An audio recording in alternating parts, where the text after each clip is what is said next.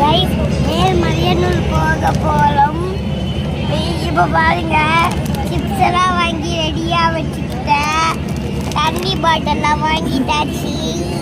இப்போ டைரெக்டாக bus AC bus தான். வாங்க, ஏசி பஸ் தான். ஆனால் கொஞ்சோண்டு காற்று கூலிங்காகவே வர மாட்டேங்குது. இப்போ தான் இன்னும் பஸ்ஸை ஸ்டார்ட் பண்ணல. பஸ்ஸை ஸ்டார்ட் பண்ணதுக்கு அப்புறமா மேல்மலையனூர் போயிடலாம். சீட்டில் உட்காந்தாச்சு. பாருங்க, பாட்டெலாம் போட்டிருக்காங்க. ஆனால் குட்டியாக இருக்கு. கொஞ்சோண்டு பஸ்ஸு